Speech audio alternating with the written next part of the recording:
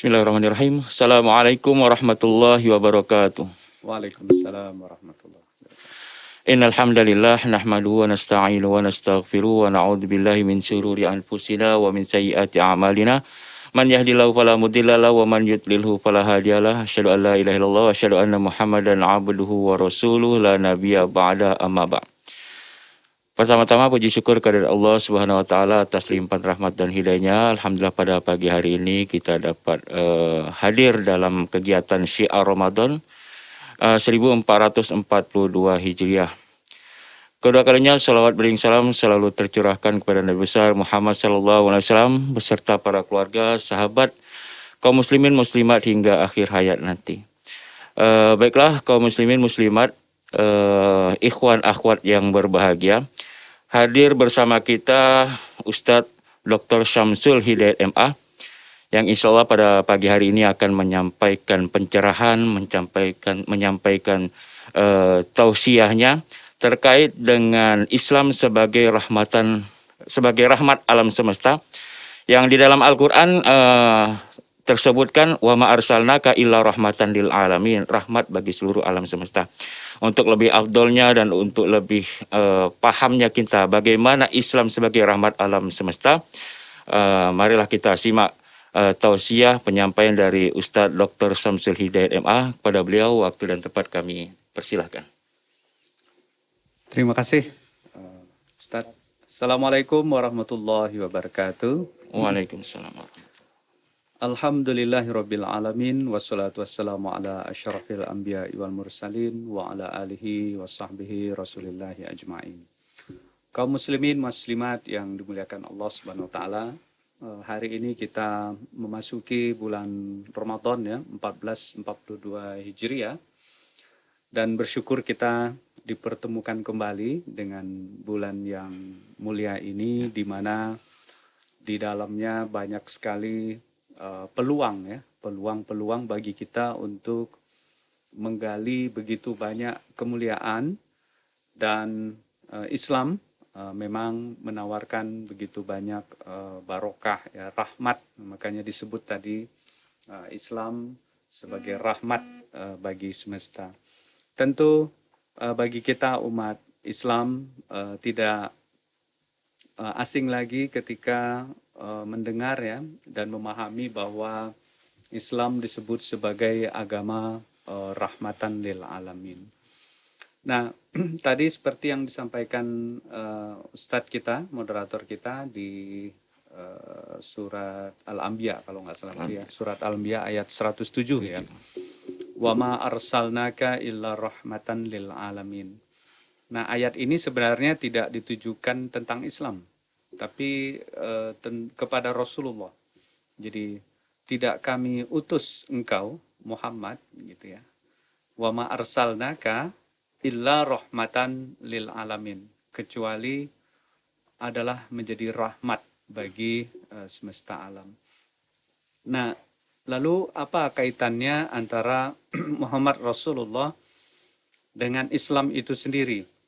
Ya, jadi kita tidak bisa melepaskan kaitan rahmat Allah ini dengan ditugaskannya, diutusnya Rasulullah Shallallahu Alaihi Wasallam sebagai utusan, sehingga antara Allah dan Muhammad ini memang dalam konteks rahmat itu tidak bisa terpisah.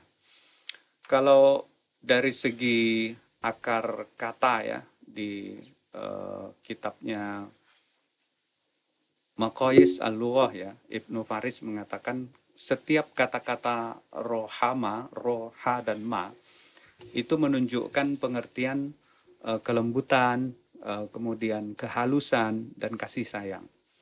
Jadi rahmat Allah itu yang diturunkan kepada Rasulullah, jadi Rasul juga sebagai rahmat, itu sebenarnya punya misi. Jadi Islam ini punya misi, yaitu menjadi rahmat. Nah, dalam konteks ini adalah memberikan kasih sayang, kelembutan. Kepada siapa? Karena tadi konteksnya adalah lil alamin, maka rahmatnya itu dilimpahkan kepada semesta. alam ini berarti banyak berarti ya. Karena semesta alam ini mungkin ada alam fisik ya. Alam fisik di situ ada makhluk hidup, kemudian dalam konteksnya manusia ya, kemudian ada makhluk yang tidak bernyawa mungkin ya. Itu juga adalah bagian dari bagaimana agama ini memelihara semesta ya. Jadi tidak ada satupun yang tidak terjaga di situ. Kalau alam-alam selain fisik mungkin ya alam gaib ya, alam gaib. Mungkin di situ ada alam jin mungkin ya, ada alam ruhani yang itu juga kalau memang dasarnya adalah semesta alam, maka semua alam Islam memberikan kerahmatan ya, sehingga bagi kita menjadi umat Islam tentu menjadi umat yang beruntung karena sejatinya Islam ini memberikan rahmat tidak hanya untuk kita sebagai pemeluknya, tapi juga kepada semesta alam, makhluk-makhluk yang lain, umat manusia yang lain. Ya. Jadi harusnya kalau kita ingin mengatakan Islam sebagai rahmat, maka dia harus bisa dirasakan juga. Jadi nilai-nilai kasih sayang Islam itu, nilai-nilai rahmat Islam itu harus juga bisa dirasakan oleh umat yang bukan Islam. Nah, begitu Ustaz. Tapi bagaimana mengkaitkan antara musibah-musibah yang saat ini banyak terjadi Ustaz dengan rohama tadi yang kasih sayang itu Ustaz. Mungkin kita secara awam mikir yang namanya kasih sayang ini kan konotasinya positif Ustaz. Sedangkan banyak musibah yang terjadi. Bagaimana kita mengkaitkan? Iya. Ya memang menarik juga ya. Satu sisi kita katakan Islam sebagai rahmat ya, tapi pada sisi yang lain musibah. Musibah ini Pak Ustadz kalau kita lihat dalam konteks konteks hukum alam ya, hukum sunatullah.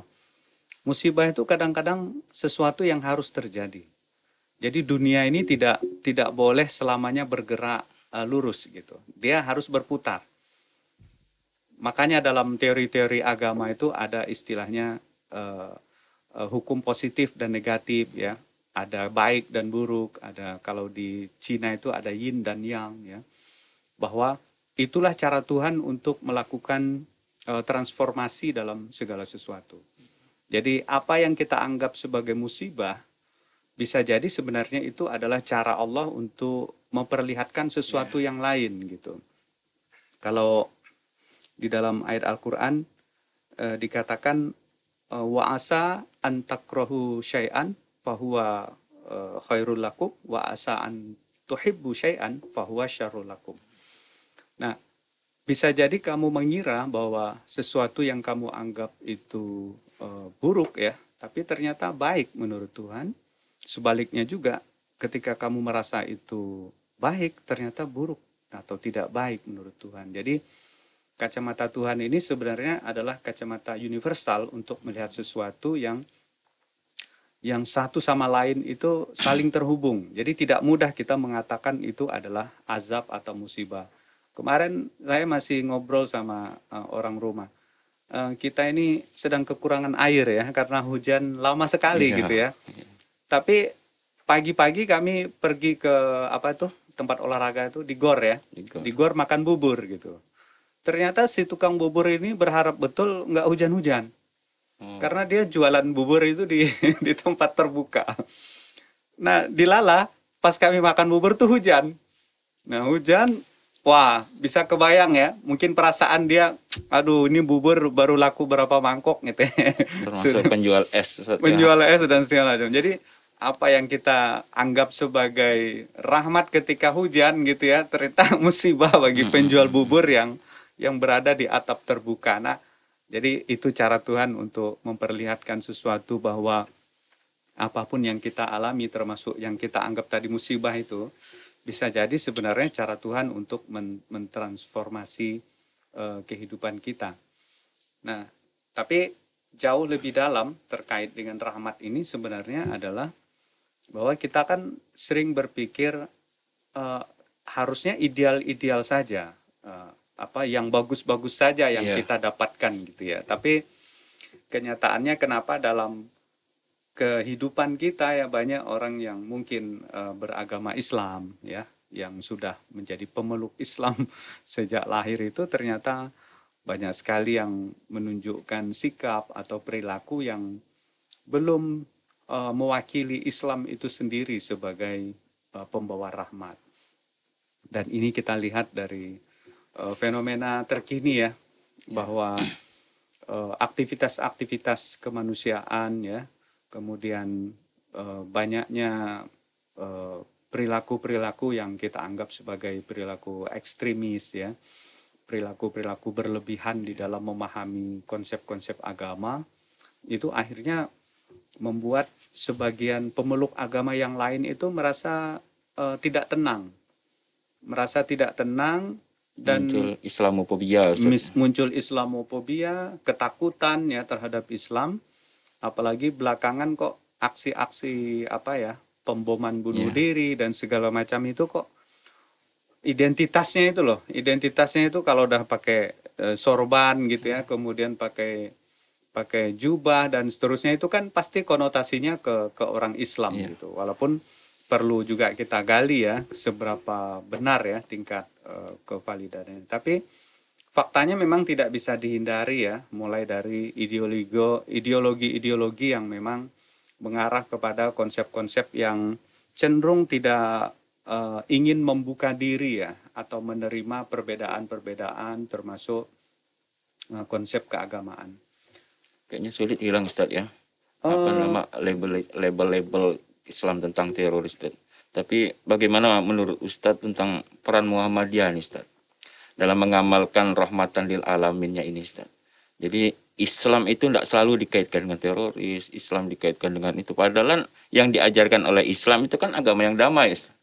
Sama yang Baik, Muhammadiyah sendiri kan memang memiliki cita-cita ya, dia memiliki idealita, harapan ya untuk menegakkan dan menjunjung tinggi ya agama Islam sehingga terwujud gitu ya masyarakat Islam yang sebenar-benarnya. Nah, terwujudnya masyarakat Islam yang sebenar-benarnya ini sebenarnya adalah yang kita sedang bahas ini. Jadi Islam sebagai rahmat bagi semesta alam ini. Nah, apa yang dilakukan Muhammadiyah itu tidak bisa ditolak ya, bahwa memang Muhammadiyah terus-menerus memperjuangkan Islam yang rahmatan lil alamin.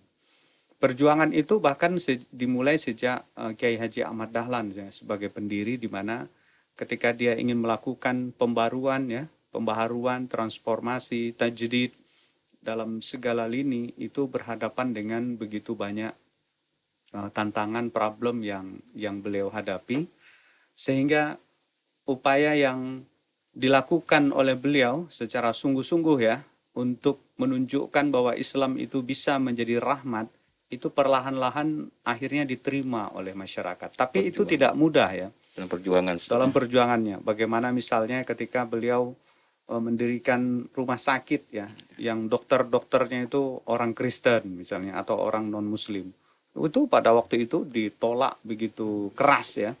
Kemudian bagaimana mentransformasi amal usaha pendidikan yang dulu orang kalau belajar itu duduk ya, lesehan, sorogan ya. Tiba-tiba Ahmad Dahlan itu membuat meja gitu ya, kemudian papan tulis, itu aja udah dibilang kafir gitu. Sudah dibilang kafir pada waktu itu. Bahkan rumah ibadah Ahmad Dahlan ya, surau ya, itu atau sekolahnya itu dibakar oleh masyarakat. Jadi perjuangan untuk menjadikan Islam sebagai rahmat itu dimulai dengan berdarah-darah oleh Muhammadiyah ya. Walaupun akhirnya perlahan-lahan, karena ini adalah sebuah kebenaran keagungan ya, amal usaha yang mulia gitu ya, perilaku yang mulia, maka kebaikan-kebaikan, perjuangan seperti itu bagaimana menunjukkan Islam atau Muhammadiyah ya sebagai organisasi Islam yang bisa memberikan rahmat bagi semesta alam, itu akhirnya mulai dirasakan sampai sekarang. Jadi kalau ada perguruan tinggi atau sekolah-sekolah Muhammadiyah sekarang yang ternama, yang terkenal, atau yang biasa-biasa saja gitu ya, kemudian diisi ya oleh mereka-mereka yang non-Muslim ya, mereka bersekolah di situ, mereka kuliah di situ, mereka memanfaatkan jasa Muhammadiyah, apakah di bidang ekonomi, di bidang kesehatan ya, itu adalah bagian dari memberikan rahmat ya, memberikan rahmat bagi semesta, bahwa berislam itu tidak hanya untuk orang Islam saja.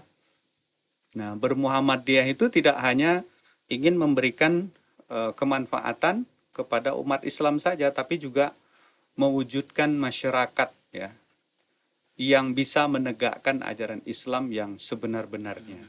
Dan alhamdulillah sampai saat ini yang disebut dengan Islam sebagai rahmat gitu ya, itu kita terapkan dalam surat Al-Anbiya 107 yang Ustadz sampaikan tadi itu. Jadi wa ma arsalnaka illa rahmatan lil alamin, itu artinya bahwa tidak kami utus engkau Rasul ya Muhammad kecuali untuk memberikan atau menjadi rahmat bagi semesta alam. Sehingga kenapa organisasi kita bernama Muhammadiyah gitu ya, atau pengikut Muhammad gitu, karena kita ingin mewujudkan surat Al-Anbiya 107 itu, bahwa kehadiran Rasulullah di dunia ini sejatinya itu seperti yang beliau sampaikan, innama bu'istu liutammima makarimal akhlak. Bahkan saya ada mencatat ya sebuah hadis ya, pada suatu waktu para sahabat meminta kepada Rasulullah ya, ini di hadis riwayat Muslim ya, wahai Rasul, doakan binasa kaum musyrik itu. Jadi pada waktu itu Rasulullah berada dalam tekanan yang dahsyat ya oleh kaum musyrik itu. Tapi apa kata Rasulullah ya? Inni lam uba'as la'anan wa innama bu'istu rahmatan.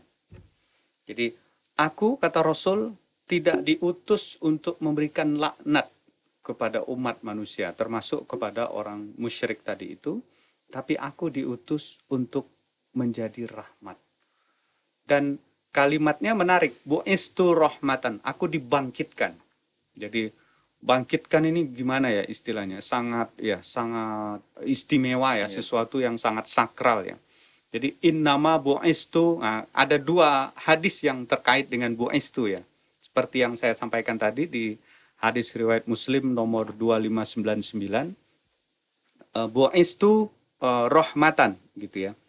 Kemudian tapi di hadis yang lain, innama bu'istu liutammima makarimal akhlak, aku dibangkitkan untuk menyempurnakan akhlak. Jadi misi Rasulullah ini antara Islam sebagai rahmatan lil alamin itu dengan membawa kesempurnaan akhlak itu ternyata ada irisannya, ada hubungannya yang jelas gitu. Bahwa untuk menjadi rahmat bagi semesta agama Islam ini, maka mau tidak mau kita harus mengacu kepada Rasul, ikut kepada Rasulullah. Lalu apa yang diikut? Yang diikut itu adalah untuk apa beliau diutus, dibangkitkan itu. Nah, ternyata tujuan Rasulullah dibangkitkan itu adalah untuk memuliakan akhlak.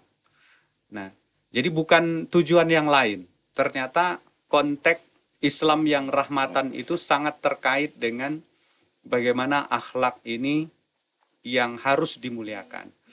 Nah, tentu kita umum ya memahami bahwa akhlak ini 4 ya yang kita pahami ya, ada sidik ya, kemudian amanah, kemudian tablik dan batonah ya.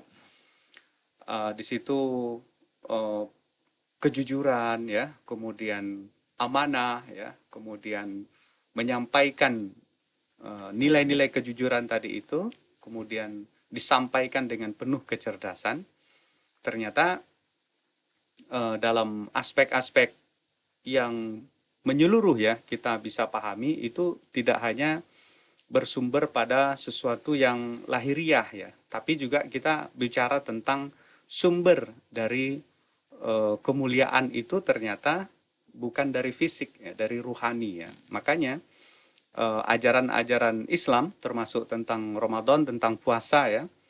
Jadi pendidikan ruhani yang diberikan kepada kita sebagai umat Islam pada saat menjalankan ibadah puasa itu ternyata tidak bicara fisik gitu. Tapi bicara akhlak dalam konteks sumber perbuatan, bukan perbuatan. Muhasabah Ustaz. Iya. Jadi akhlak itu sebenarnya bukan perbuatan itu sendiri. Tapi akhlak itu sebenarnya adalah sumber dari perbuatan itu. Nah, sehingga ketika bicara tentang sumber perbuatan, maka kita harus bicara tentang akhlak-akhlak Rasul secara substansi. Misalnya kejujuran tadi ya, siddiq tadi. Jadi siddiq itu sebenarnya adalah sesuatu yang inherent di dalam diri kita. Jadi ketika Allah tiupkan ruh ya sebagai bagian dari kesempurnaan manusia, summa sawwahu wa nafakha fihi mir ruhihi wa ja'ala lakumus sam'a wal absara wal afidah qalilan ma tashkurun. Jadi kesempurnaan manusia itu setelah dijadikan badan gitu ya, adalah dengan ditiupkannya ruh di dalam tubuh manusia, yang dari ruh itulah maka mata bisa melihat, telinga bisa mendengar, dan hati bisa merasa. Nah, tiga potensi ini, potensi ruhani tadi itulah sebenarnya yang di dalamnya kita miliki sifat kejujuran tadi itu. Jadi sifat ruhani itu sebenarnya sangat fitrah ya, sangat sidik ya. Dia sesuatu yang embodied, yang menyatu di dalam diri kita, yang itu menjadi warisan ya dari Rasul kepada diri kita. Jadi innama bu'istu tadi itu sebenarnya Rasul mewariskan sifat-sifat Rasul ke dalam diri kita, dalam tiupan ruhani yang masuk ke dalam diri kita. Jadi siapapun manusianya itu memiliki sifat-sifat yang dimiliki Rasul itu sebenarnya. Termasuk sifat sidik tadi, sifat jujur tadi itu. Misalnya dalam kehidupan sehari-hari ketika kita berpuasa misalnya, sifat jujur itu akan bekerja pada saat kita dihadapkan pada persoalan dualisme atau ketika kita menghadapi konflik dalam batin. Misalnya ada duit nih di meja kantor ya, ada duit di meja kantor, di kantor ini tidak ada orang, entah sepi lagi kemana gitu ya, tiba-tiba ada duit di meja kantor. Tidak ada CCTV, tidak ada orang yang melihat. Kira-kira mau diapakan duit yang tergeletak nih, sementara bentar lagi THR, bentar lagi apa, Lebaran ya, udah mau beli kue, udah mau beli baju dan lain. Kira-kira, nah kalau sifat sidik tadi itu tidak bekerja, maka uang itu akan pasti diambil ya. Tapi untunglah kita ini memiliki sifat-sifat Rasul tadi itu. Nah, sifat-sifat sidik yang ditanamkan dalam diri kita oleh Allah Subhanahu wa taala yang dia menjadi satu paket ya. Jadi rohani itu enggak kosong sebenarnya. Dia punya substansi baik ya, atau sifat-sifat Allah juga di dalam diri kita ini. Jadi rohama tadi itu, rahmat tadi itu sebenarnya juga kita miliki di dalam jiwa kita, dalam batin kita. Nah, sehingga berpuasa yang ideal itu sebenarnya adalah dalam rangka untuk mewujudkan rahmat yang sudah dititipkan di dalam diri kita itu. Nah, salah satu wujud rahmat tadi itu adalah sifat-sifat yang dimiliki oleh Rasul. Bahkan sifat-sifat Allah Subhanahu wa taala itu juga diwarisi ke dalam diri kita. Sehingga berpuasa ini sebenarnya adalah dalam rangka untuk mengelola yang batin tadi itu, yang ruhani tadi itu agar bisa terimplementasi dalam kehidupan sehari-hari. Sehingga kalau masih ada orang yang berpuasa gitu ya karena ingin langsing misalnya atau ingin diet gitu ya, maka saya bisa pastikan puasanya hanya akan dapat dietnya itu. Nah, gitu. Jadi rugi sekali kalau kita berpuasa lalu tujuannya itu hanya untuk menguruskan badan bisa turun berapa kilo gitu ya dalam 1 bulan, itu rugi sekali. Karena substansi dari Al-Baqarah ayat 180 itu, la'allakum tattaqun, itu sama sekali tidak bicara fisik sebenarnya. Jadi kalau ditanya, apa sih hubungan tidak makan dengan takwa itu apa? Kita nggak makan dengan takwa itu apa sih hubungannya? Nggak ada sebenarnya. Nggak ada hubungan sekali. Bagaimana takwa bisa didapat dari tidak makan, tidak minum? Nggak ada sama Nggak ada sekali. korelasinya, Nggak ada Ustaz, ya. korelasi. Karena apa? Karena sebenarnya substansi dari Ramadan, puasa itu, yang hendak diurus itu yang batiniah tadi itu. Nah, sehingga disinilah kita bicara tentang bagaimana mempasifkan hawa dan nafsu, kemudian mengaktifkan ruhani kita. Nah, jadi ada dua aktivasi. Nah, yang pertama mengaktifkan pempasifan hawa dan nafsu gitu ya. Jadi kita upayakan di situ. Nah, kemudian baru kita dengan mengaktifkan mempasifkan hawa dan nafsu tadi itu, barulah kemudian secara otomatis akan aktif ruhani tadi itu. Nah, ruhani yang bercahaya itulah yang akan menjadi rahmat. Jadi kita nggak perlu berniat untuk bersedekah gitu ya, atau berzakat gitu ya, kalau hanya untuk pahala. Jadi kalau ada orang yang berzakat itu karena sekedar ingin menghitung mendapat berapa pahala yang didapat, dia belum mendapatkan substansi takwa tadi itu. Karena harusnya ruhani yang aktif tadi melalui pengendalian jasmani, hawa dan nafsu tadi itu akan membuat kesadaran ruhaniah itu muncul, kesadaran rohama itu, kesadaran rahmat itu akan keluar secara otomatis. Jadi kesadaran kita untuk berbagi dengan orang lain itu akan secara otomatis terjadi karena batin kita sudah suci. Muncul rasa kasih sayang gitu. Jadi kepekaannya itu akan lahir secara otomatis pada saat kita mempasifkan hawa dan nafsu. Mungkin hampir sama kali dengan ini Ustaz ya. Wasta'inu bisabri wassalah. Kita minta tolong dengan cara sabar dan sholat dulu kita. Iya, iya. Dan dikasih solusinya gitu. Betul, betul. Dan sholat adalah bagian dari cara kita berhubungan dengan Tuhan. Iya. Ingat, perilaku manusia itu tidak bisa kita rubah sendiri. Tidak ada manusia yang bisa merubah dirinya sendiri kecuali atas pertolongan Allah Subhanahu wa taala. Jadi, kita harus selalu minta tolong kepada Allah. Minta tolong kepada Allah karena dialah yang menciptakan kita. Nah, karena Allah yang menciptakan kita, maka sains dan teknologi nggak akan bisa menyelamatkan kita. Nah, minta tolong kepada Allah supaya apa? Supaya ruhani tadi itu bisa Lebih tenang. bercahaya, lebih terang. Lalu terangnya cahaya inilah yang akan mewujudkan sifat-sifat yang baik. Sifat-sifat siddiq, amanah, tabligh, patona, sifat kasih sayang tadi itu memancar dalam perilaku sehari-hari sehingga rasa kasih sayang itu tidak akan mungkin menghadirkan niat kita untuk membunuh orang lain. Jadi sifat-sifat terorisme tadi itu, di mana orang katanya atas nama Allah, lalu dia ingin mendapatkan surga, mendapatkan apa gitu ya, lalu dia membunuh orang lain. Itu jelas-jelas tidak punya akar ya dalam Al-Quran dan hadis, tidak punya sama sekali penyebab yang membuat kita dibolehkan untuk membunuh orang lain. Atas nama Tuhan, atas nama agama itu tidak pernah. Karena sejatinya cahaya yang memancar dari batin kita itu hanya memunculkan sifat-sifat rohama tadi itu. Sehingga kenapa di Ramadan itu ada ajaran tentang zakat, sama sekali juga nggak ada hubungannya dengan beras dan membersihkan jiwa itu apa hubungannya? Zakat fitrah ya. Kemudian kenapa apa hubungan beras dengan pembersihan jiwa? Kan nggak ada sebenarnya. Dan kenapa hanya 2,5 kilo? Apakah bisa 2,5 kilo itu membersihkan batin kita? Nggak akan bisa. Filosofinya. Ini sangat simbolis, ya, sangat filosofis gitu, bahwa Ramadan yang kita jalani selama 30 hari ini sebenarnya memberikan satu hadiah gitu, satu tawaran yang menarik bahwa kalau benar-benar kita bisa mempasifkan hawa dan nafsu tadi itu, cahaya rahmat tadi itu akan muncul. Kesadaran kita untuk mengasihani orang lain, untuk berbagi dengan orang lain, itu akan muncul.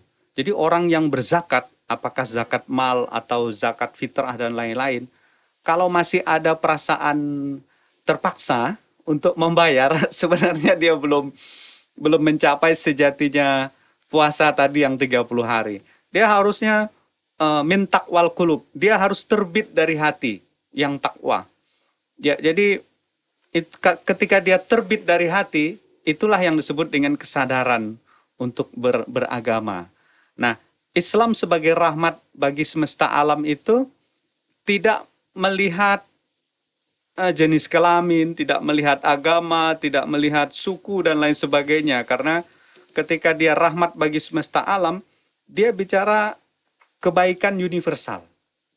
Yang itu berangkat dari hati yang bersih tadi itu. Sehingga kita berharap betul agar 1 bulan ini kita yang berpuasa benar-benar bisa meraih ketakwaan. Karena ketakwaan itu harus dibuktikan dengan kemampuan kita, kesadaran kita untuk memberikan rahmat. Minimal rahmat bagi sesama kita, sesama manusia maksudnya ya. Baik itu kepada umat Islam atau siapapun. Nah gitu. Kemudian Ustaz, ini kan kita masih dalam suasana Ramadan Ustaz, atau ibadah-ibadah yang lain. Bisa nggak kita nih Ustaz sebagai manusia nih, mengetahui ini amalan kita ini diterima atau ada yang bisa kita rasakan setelah itu Ustaz? Ya, kita kalau bicara tentang apakah amalan kita akan diterima atau tidak, itu bukan wewenang kita. Bahkan feeling kita pun nggak perlu kita feeling. Nggak perlu kita memaksa-maksa merasa gitu apakah amalan kita akan diterima atau tidak. Kita bisa merasakannya sendiri sebenarnya dari kesadaran yang terbit dari hati ini. Karena kesadaran yang terbit dari hati melalui pengendalian yang benar ya terhadap hawa dan nafsu ini secara batiniah ya, secara alamiah akan memunculkan sifat-sifat yang nyaman, sifat-sifat yang baik, dan itu akan terasa, dan itu bisa dibuktikan dalam kehidupan sehari-hari. Misalnya gini ya, ketakwaan itu kan dekat dengan pengendalian diri. Ya. Wal kazimina al-ghaiza wal afina 'anin nas, itu sebenarnya adalah ciri-ciri orang yang bertakwa.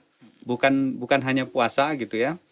Nah, tapi wal kaziminal ghaiza, menahan amarah, dan wal afina 'anin nas itu sebenarnya ada juga di dalam amalan puasa ya, karena itu yang hendak kita pasifkan tadi itu. Nah, itu bisa kita tes dalam kehidupan sehari-hari. Perilaku. Misalnya bisa apakah kita cenderung reaktif ketika kita berhadapan dengan situasi yang membuat kita marah gitu. Bisa nggak? Kalau kita bisa tidak reaktif, maka sebenarnya kesadaran takwanya itu sudah mulai terasa gitu. Misalnya tadi, harusnya jam 9, belum jam 9 kita udah masuk ruangan gitu ya. Persiapan. Tiba-tiba udah jam 9 lewat, pintu aja belum terbuka. Nah, kalau kita reaktif, merespon ya, marah dan segala macam, itu tandanya kita tidak membuat timbang rasa ya. Jadi kepada batin. Jadi sebenarnya perbuatan itu harus mengaca kepada batin ini, ruhani tadi itu. Jadi ruhani itu harus dijadikan tempat untuk berkaca dulu, untuk menimbang dulu. Sebelum perbuatan ini keluar, sebelum kata, sebelum perbuatan itu kita ucapkan dan kita lakukan, sebaiknya kita harus timbang rasa dulu dengan ruhani kita. Ditanya dulu. Karena disinilah tempat rohama tadi itu, tempat yang baik tadi itu bersemayam. Misalnya yang harusnya kita respon dengan kemarahan, itu dengan timbang rasa tadi itu, berikan jeda sedikit gitu ya, tumak ninah gitu ya. Oh ini harusnya saya marah nih gitu ya. Tapi karena kita letakkan di dada dulu, dirasa dulu, maka dia akan bisa terkelola dengan baik. Ada pengendalian. Ada pengendalian. Diri. Nah itulah hakikat puasa tadi. Jadi ada pengendalian diri dan segala macam, itu sebenarnya adalah proses untuk pengendalian itu sendiri adalah bagian dari ketakwaan. Bahwa hasilnya nanti kita lebih sabar ya, hasilnya kita lebih baik ya, itu adalah hadiahnya gitu. Tapi pengendalian itu sendiri itu adalah proses orang yang bertakwa itu seperti itu. Nah, karena dari pengendalian itulah maka dampaknya itu akan menjadi rahmat gitu. Akan menyejukkan bagi orang lain, akan menenangkan suasana ya. Dan warohama bainahum ya. Kemudian akan memberikan dampak tertularnya sifat kasih sayang antara sesama kita. Kemudian Ustaz, aspek tadi Ustaz kan berbicara tentang perjuangan tadi Ustaz ya. Iya.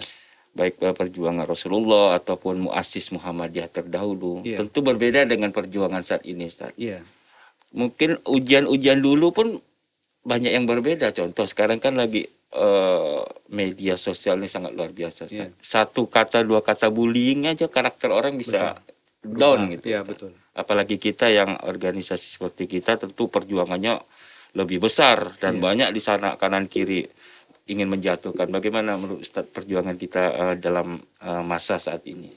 Betul. Jadi tantangan berdakwah kita ya, tantangan bermuhammadiyah, tantangan beragama ya, berislam itu juga menyesuaikan dengan kondisinya ya.